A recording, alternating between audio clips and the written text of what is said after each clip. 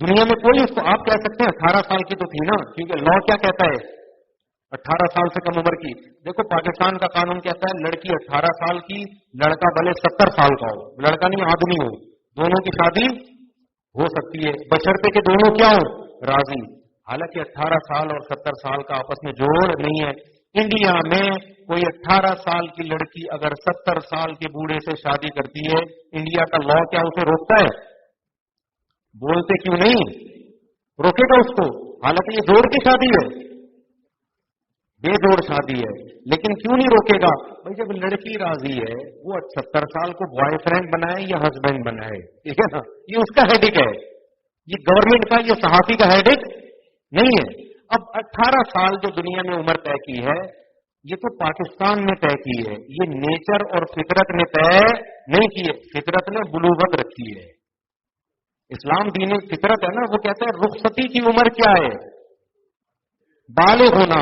تمام احادیث اس بات پر متفق ہیں کہ 9 سال میں حضرت عائشہ بالغ ہو چکی تھی، اور میڈیکل سائنس بھی اس بات کو مانتی ہے کہ 9 سال میں لڑکی بالغ ہو سکتی. مشاہدہ ہے یہ. تو جب 9 سال کی بالغ لڑکی کو اس نکاح پر اعتراض نہیں ہے اور نبی سے وہ نکاح کر رہی ہیں، آپ کہہ سکتے ہیں کہ وہ بچی تھی، نہ سمجھ تھی، شادی ہو گئی. تو جب بڑی ہوئی ہے پھر بھی اعتراض نہیں تھا، بلکہ اتنا خوش تھی کہ اس سے وہ، یعنی جو صحافی لوگ اعتراض کر رہے ہیں نا، یہ مدعی سست اور گواہ چست. امی عائشہ آج بھی زندہ ہوتی، وہ کہتی بھائی میرے لیے اس سے بہتر کوئی رشتہ تھا نہیں. تو جب وہ بھی راضی ہیں، وہ بھی راضی ہیں، تو ان صحافیوں کے پیٹ میں مروڑ کیوں ہو رہا ہے؟ ان صحافیوں کے پیٹ میں مروڑ کیوں ہو رہا ہے؟ تو اس میں حکمتیں بہت ساری ہیں. میں کہتا ہوں یہ پیغمبر کا کمال ہے کہ 50 سال کی عمر میں 9 سال کی لڑکی سے نکاح کر کے رشتے کو کامیابی سے نبھایا ہے. آج کی ہے نا ایک محترم نے، نہیں نبھا سکے وہ، یا بیوی کی غلطی ہوگی، ہمیں نہیں پتا، ہم کسی پہ الزام نہیں لگاتے. لیکن آج کیونکہ آپ کو اس کے مینٹل لیول پہ آنا پڑے گا. ہمارے نبی تمام پیغمبروں کے سردار، اتنے بڑے لیڈر، 23 سال میں انقلاب، لیکن بیوی کے مینٹل لیول پہ آ کے آپ نے بیوی کے ساتھ نبھا دیا ہے. ان کو حبشیوں کا کھیل دکھا رہے ہیں، محبت ظاہر کرنے کے لیے وہیں سے پانی پی رہے ہیں جہاں سے امی عائشہ منہ لگا کے پانی پیتی، دوڑ میں ان کے ساتھ مقابلہ کر رہے ہیں. یہ خدا کی قسم کمال ہے کہ ایج ڈفرینس اتنا زیادہ، مگر ایسی کامیاب ازدواجی زندگی جس کی آج مثالیں دی جاتی ہیں، اور امی عائشہ ساری زندگی فخر کرتی رہی ہیں اس پر. یہ تو پیغمبر کے سچے نبی ہونے کی دلیل ہے. اور اسی کو یہ لوگ کیا کرتے ہیں، بعض لوگ کہتے ہیں عیاشی ہے. عیاشی کی ڈیفینیشن کیا ہے؟ اسلام کہتا ہے گرل فرینڈ رکھنا عیاشی ہے، آپ گرل فرینڈ کو عیاشی نہیں مانتے. تو کون سا معیار ہے جس کو عیاشی کہا جائے گا؟ اسلام نے فرق یہ رکھا ہے کہ نکاح کے بغیر عورت کے پاس جانا عیاشی، نکاح کر کے جانا یہ عیاشی نہیں ہے. یہ اسلام کا معیار ہے. اس معیار پہ آپ ہم سے بات کرو.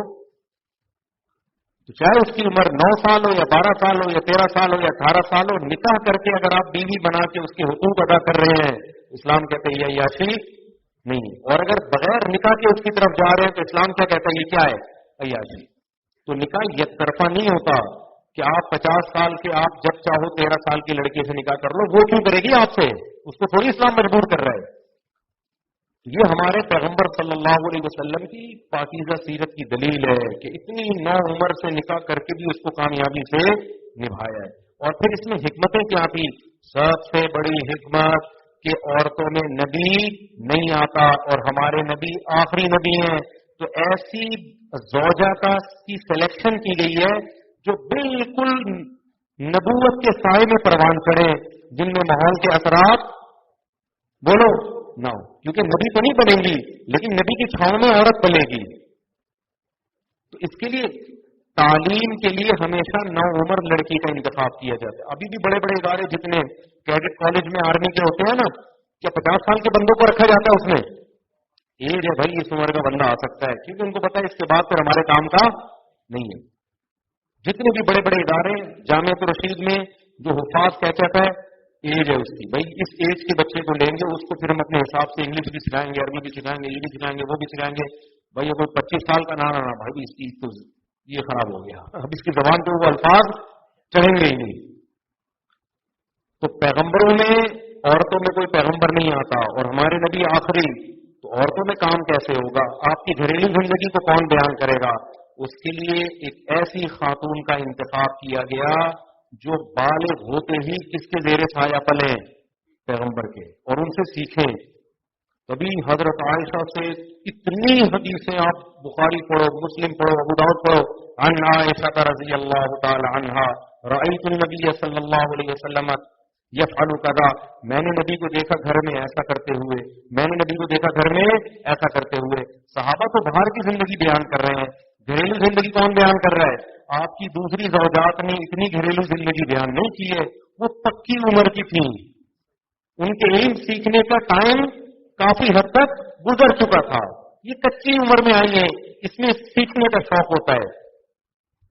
تو ہمارے نبی نے، امی عائشہ نے جتنا دین بیان کیا ہے، آپ حدیثیں اٹھا کے دیکھو، پوری دنیا سے لوگ سفر کر کے حضرت عائشہ کے دروازے پہ آتے تھے اور مسائل پوچھتے تھے.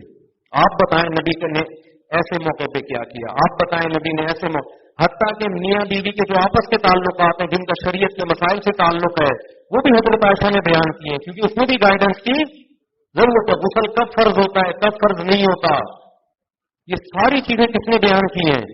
حضرت عائشہ نے. تو یہ بہت پھر بڑی حکمت کیا، حضرت عائشہ رضی اللہ تعالی عنہا جب نبی کی وفات ہوئی ہے تو حضرت عائشہ اس وقت کم عمر تھی. آگے آپ کے پاس ٹائم بہت تھا دین کی تبلیغ کا، باقی زوجات کا تو انتقال ہو گیا تھوڑے دنوں میں. حضرت عائشہ نے پھر لوگوں کو، کیونکہ کم عمر ہے نا، اور لوگ جتنا آپ پر اعتماد کریں گے آپ کے کسی شاگرد سے تھوڑی کریں گے، تو پھر سارا آدھے سے زیادہ علم علماء کا اتفاق ہے اکیلی حضرت عائشہ نے امت کو پہنچایا ہے. اور حدیثوں سے پتہ چلتا ہے جب ان سے سوالات پوچھے جاتے تھے کیسے جواب دیتی تھیں، کس قدر ذہین تھیں. حضرت عمر پہ اعتراض کر دیا کرتی تھی حضرت عائشہ. کتنے واقعات ہوئے ہیں، آپ نے ایک حدیث آئی، حضرت عمر نے کچھ اور مطلب بیان کیا، حضرت عائشہ نے کہا اللہ عمر پہ رحم کرے، نبی کی بات کا مطلب نہیں سمجھے. یہ فقیہہ، اتنا فقہ، اتنا اللہ نے تفقہ و بصیرت عطا فرمائی. تو یہ سلیکشن تھی کس کی طرف سے؟ اللہ کی. تو جو ہر دھرم ضدی ہوگا اس کو یہ خوب بات سمجھ میں نہیں آئے. اور خاص طور پہ وہ لوگ نبی کی سیرت پہ اعتراض کریں جن کے ہاں 10 گرل فرینڈ ہوتی ہیں، ان کو تو ویسے بھی سوٹ، جو ہومو سیکسولیٹی کو فروغ دے رہے ہیں معاشرے میں. ایک آدمی کیا کر رہا ہے، 3 لڑکے رکھے ہوئے ہیں، اس کو عامر لیاقت پہ اعتراض ہو رہا ہے کہ 16 سال کی لڑکی سے شادی کیوں کی. تو ہم کہیں گے تیرے منہ سے یہ اعتراض اچھا، کوئی اور کرے سمجھنا، تو تیرے منہ سے یہ اعتراض اچھا، تو شادی کا شوق نہیں رکھتا. تو جو اعتراض پیغمبر پہ کرتے ہیں ان کی اپنی سیرت کو دیکھو، ان کے ہاں تو انلیگل ریلیشن ہے. 50 سال کا آدمی نائٹ کلب میں عیاشی کے لیے 18 سال کی لڑکی کو استعمال کرتا ہے ٹیشو پیپر کی طرح. زنا کیا، اپنی شہوت پوری ہوئی، پیسے پکڑائے اور پتلی گلی سے نکل گیا. ہمارے نبی نے جب امی عائشہ آپ کے گھر میں آئی ہیں پوری زندگی نبھا کیا ہے، اور پوری زندگی امی عائشہ نے فخر کیا ہے. اور کتنا آج جب ہم امی عائشہ عزت سے نام لے رہے ہیں، یہ عزت کیوں دے رہے ہیں؟ اس لیے کہ آپ کوئی امی عائشہ کو یہ عزت کس کی وجہ سے ملی؟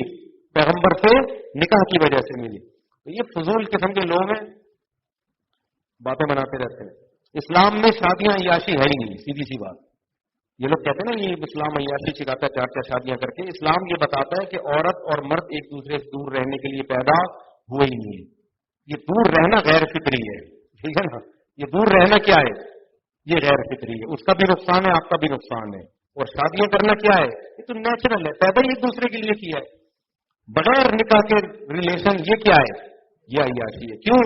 اس میں آپ عورت سے اپنی خواہش پوری کرتے ہو، اس کا جو معاوضہ بنتا ہے وہ آپ اس کو نہیں دیتے. پیسے دے دیتے ہو، اس کو گھر نہیں دیتے، اس کو فیملی کا ممبر نہیں بناتے، اس کو وراثت میں حصہ نہیں دیتے. تو یہ عیاشی ہے.